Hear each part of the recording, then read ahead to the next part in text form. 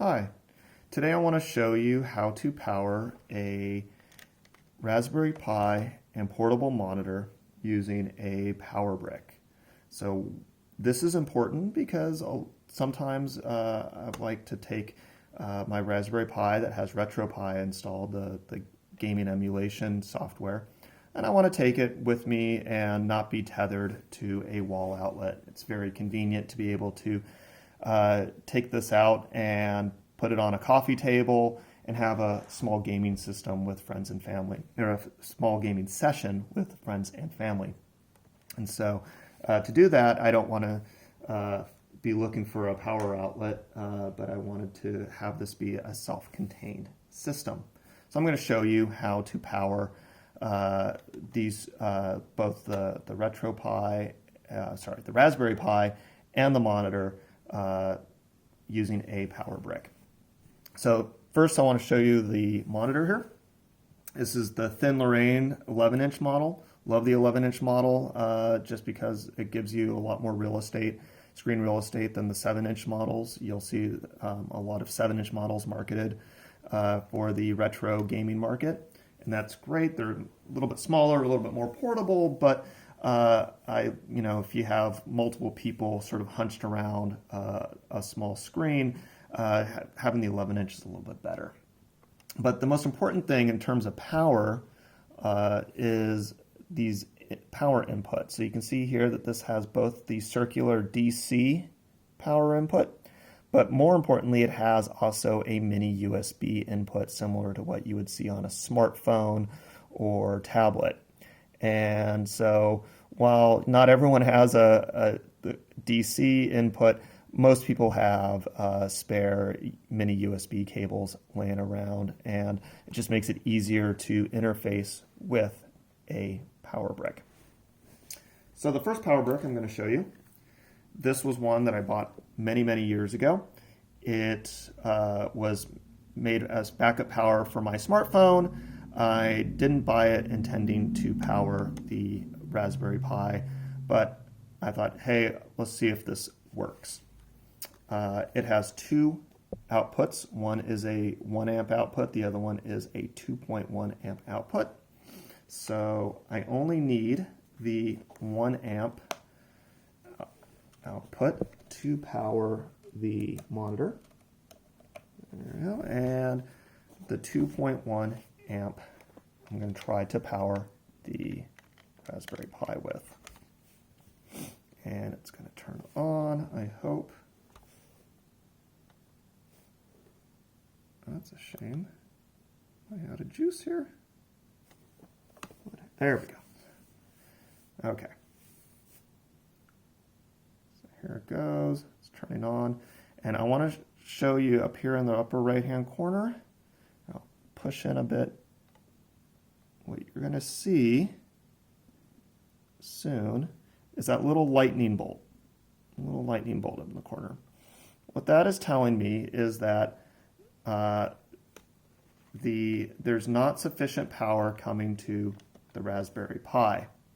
And so it's giving me a warning saying that basically I have low power coming into the RetroPie, and while everything appears to work fine, it's just, it can die on me quite easily if the power somehow fluctuates and drops below the minimal operating level for the Raspberry Pi. It will just shut off or restart. And who wants to be in the middle of a gaming session and have their